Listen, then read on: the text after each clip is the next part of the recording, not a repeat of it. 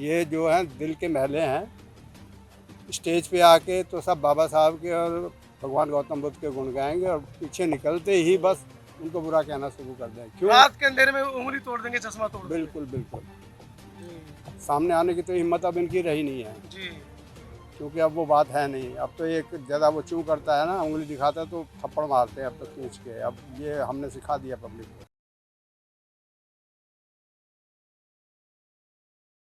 साथियों नमस्कार, मैं हूं मनोज अंतानी और आप देख रहे हैं समता आवाज़ टीवी। आज मैं पहुंचा हूं डॉक्टर अम्बेडकर भवन में, जहां पर कुछ ही देर में यहां पर एक भव्य शोभा यात्रा पहुंचने वाली है।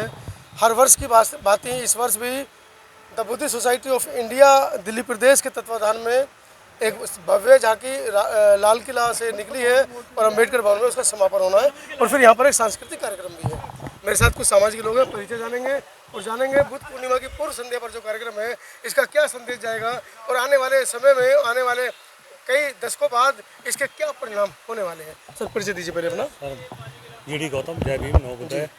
मैं जीडी गौतम, मैं एयर इंडिया से हूँ और दिल्ली कैंट में रहता हूँ और यथागत फौज के जो नियम है उनको चलने की कोशिश करते हैं और ये संदेश देते हैं शांति के वो तो दूत थे तो, और सत्य अपनाया उन्होंने और उनके मार्ग को चलेंगे तो विजय प्राप्त होगी और विजय प्राप्त होगी। शांति के दूत है, दुश्मन हमारे घरों में घुस के हमको मार रहा है और हम शांति दूत की बात कर रहे हैं। सर कैसा लग रहा है आपको इस वाक्य को सुनकर? जय भीम, नमो बुद्धाय। जय भीम। अंतानी जी, आज समय की मांग ये है कि हम बुद्धिज़्म को ठीक से समझ करके जी उसका अनुपालन करें। जी बुद्ध ने केवल और केवल ये नहीं कहा कि मैं कभी भी किसी भी हिंसा के खिलाफ हिंसा के खिलाफ तो हैं, लेकिन किसी भी हिंसा के खिलाफ हैं ऐसा नहीं कहा। जी तो उसी चीज़ को बाबा साहब ने भी हमारे को अपने अंत समय जो 1935 के बाद में जब उन्होंने ये कहा था कि मैं हिंदू धर्म में पैदा हुआ लेकिन ये मेरे बस की बात नहीं है, लेकिन मैं हिंदू धर्म में रहकर मरूंगा नहीं, ये मेरे बस की बात है। इस कथन को 1935 के बाद में आज तक करीब करीब 35 से 65 और लगभग 80 साल के करीब होने जा रहे हैं, 79 ईयर्स के करीब हो लिए। उस कथन को आज देश के बहुजन लोग समझ चुके हैं और उसको फॉलो करने में लगे हुए हैं। जैसा कि अभी देखने में आया था पिछले कुछ दिनों में दिल्ली सरकार के राज्य मंत्री, दिल्ली सरकार के सामाजिक न्याय मंत्री राजपाल गौतम जी ने इसी जगह पर 22 प्रतिज्ञाओं को जो बाबा साहब ने बुद्धिज्म को स्वीकारते समय ग्रहण की थी और बाकी के लोगों को भी 22 प्रतिज्ञाओं का अनुपालन करने की जो मार्ग दिया था, उस 22 प्रतिज्ञाओं को यहाँ पर जब दोहराया गया तो माननीय राजपाल गौतम जी को दिल्ली सरकार से इस्तीफा देना पड़ा था। जबकि उन 22 प्रतिज्ञाओं को भारत सरकार खुद छाप रही है, जबकि सरकारी किताबों में उन 22 प्रतिज्ञाओं का बिल्कुल जिक्र ही नहीं है, बल्कि वो पूरी तरह से लिखी हुई हैं। लेकिन ये देश का माहौल है, इस तरह के माहौल को हमें समझने की ज़रूरत है और उसी चीज़ को देखते हुए आज उन 22 प्रतिज्ञाओं पर चलने की बहुत ही गहराई से समझकर चलने की ज़रूरत है। बिल्कुल ही इसके अलावा कोई दूसरा रास्ता नहीं है। इस छल प्रपंच और डर और भय से बाहर निकल के, अंधविश्वास से बाहर निकल के हमको वैज्ञानिक युग में आने की ज़रूरत है। बिना इसके हमारा उद्धार नहीं है। भगवान बुद्ध के मार्ग को ही बाबा साहब ने भी भारतीय संविधान में बिल्कुल पिरोया है, जो समानता को सबसे पहले रखा है। जो भारत की एक सामाजिक जो व्यवस्था रही है, उस व्यवस्था में जो ऊंच नीच का जो एक ढांचागत सामाजिक जो ढांचा है उसमें जो ऊंच नीच के उसको सबसे पहले ढा करके बाबा साहब ने समानता का जो स्तंभ गाड़ा है, उस समानता को हमने इसीलिए यहाँ पर महत्व देने की ज़रूरत है ताकि समाज में बराबरी का, और कानून में भी इसीलिए सबसे पहले उसको रखा गया है। स्वतंत्रता को भी पहले नहीं रखा, इसीलिए बाबा साहब ने बड़ी सोच समझ करके इस चीज़ को संविधान के अंदर सबसे पहले समानता को महत्व दिया है। उसके बाद में स्वतंत्रता को लिया है और तब भाईचारा और न्याय और भाईचारा बाद में आए हैं। क्योंकि जब तक समानता नहीं होगी तो हम न्याय की भी उम्मीद नहीं कर सकते किसी भी समाज में। और कोई भी समाज, कोई भी देश तब तक तरक्की नहीं कर सकता जब तक उसमें समानता का भाव पैदा ना किया जाए।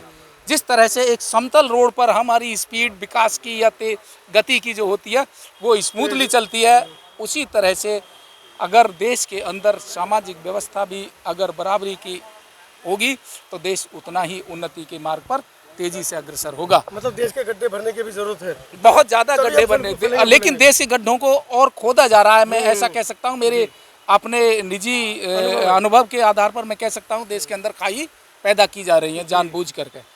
तो क्या लगता है इस खाई को पाट पाने में हम लोग सक्षम होंगे? हाँ, पाट पाने में सक्षम जरूर होंगे, लेकिन कुछ समय लगेगा। लेकिन इस समय को हम जल्दी ही कवर करने की कोशिश करेंगे, ऐसा मेरा मानना है। क्योंकि अभी ही नवंबर के महीने में भी फिर जयपुर में एक बहुत बड़ा कार्यक्रम आयोजित होने जा रहा। बनते राहुल के सानिध्य में 5 लाख लोगों का एक टारगेट वहाँ पर लिया गया है। उस टारगेट को पूरा करने के लिए जैसा कि माननीय राज्यपाल गौतम जी ने भी अपना कोई एक मिशन टारगेट इसका रखा हुआ है, जय भीम मिशन के तहत उन्होंने भी अपना एक टारगेट फिक्स किया है। और आने वाले कुछ ही सालों में करोड़ों लोग जो क्या नाम है देश के अंदर बहुत दिन में आएंगे, निश्चित रूप से आएंगे, तब्दीली लाएंगे। जी बाबूजी, आप तो इतने यंग हैं, हैंडसम हैं और इस उम्र में भी बिल्कुल युवाओं की तरह काम कर रहे हैं। कहाँ से लाते हैं इतना जोश? बस ये बाबा साहब की मेहरबानी है। और कहाँ से आए हैं? मैं गाजियाबाद से हूँ। नाम बताएं। प्रेम सिंह मेरा नाम है। मैं गाजियाबाद कहाँ से? गाजियाबाद राजेंद्र नगर से हूँ। अच्छा, राजेंद्र नगर से असिस्टेंट कमिश्नर। जी। अच्छा, तो बाबूजी क्या लगता है, जैसे कि बाबूजी ने कहा कि थोड़ा समय लगेगा अम्बेडकर को स्थापित होने में देश में। सरकारें तो चाहती हैं, वो गाय बगाई कहते भी हैं कि हम अम्बेडकर को लाना चाहते हैं, बुद्ध को लाना चाहते हैं, तस्वीरों में पुष्प चढ़ा रहे हैं, मालाएं चढ़ा रहे हैं या नोटंकी कर रहे हैं। आपको क्या लगता है इन सब चीज़ों में? देखिए, दिखावे के लिए कर रहे हैं ये, सबके सामने तो दिखावा करते हैं, लेकिन अंदर खाने जो उनके दिमाग और दिल में जो समाई हुई बात है वही पुरानी बदमाशियाँ हैं। ये जो हैं दिल के महले हैं। स्टेज पे आके तो सब बाबा साहब के और भगवान गौतम बुद्ध के गुण गाएंगे और पीछे निकलते ही बस उनको बुरा कहना शुरू कर दें। क्यों? रात के अंधेरे में उंगली तोड़ देंगे, चश्मा तोड़ देंगे। बिल्कुल बिल्कुल जी सामने आने की तो हिम्मत अब इनकी रही नहीं है, जी। क्योंकि अब वो बात है नहीं। अब तो एक ज़्यादा वो चूँ करता है ना, उंगली दिखाता है तो थप्पड़ मारते हैं अब तो खींच के। अब ये हमने सिखा दिया पब्लिक को। तो कहीं ना कहीं तब्दीली मतलब दोनों तरफ से, नरम दल से भी और गर्म दल से भी है। बिल्कुल। मैं दिल्ली में 4 थानों का SHO रहा हूँ जी। मैंने हर बंदे को वो सिखा दिया कि मैं जब बैठा हूँ तो मेरी दिक्कत ही क्या है। ओपनली तो मैंने नहीं कहा। नौकरी रहते हुए? हाँ। अच्छा। नंदनगरी रहा, कल्याणपुरी रहा, पालम एयरपोर्ट रहा और मयूर विहार रहा और ACP रिटायर हुआ हूँ दिल्ली पुलिस से 2007 में। जब आपके ऐसे अधिकारी और इतना ज्ञान आपके पास है, जब आप लेकर चलेंगे तो क्यों नहीं बदलेंगे हम लोग?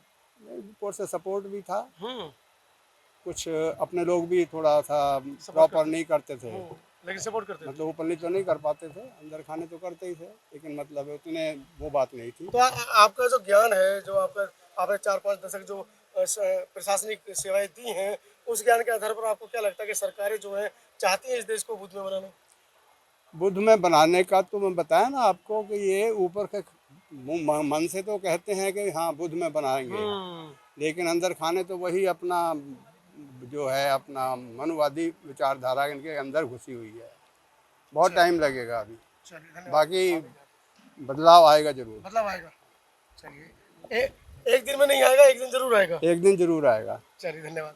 बहुत वो दिन ज़्यादा दूर नहीं है जी।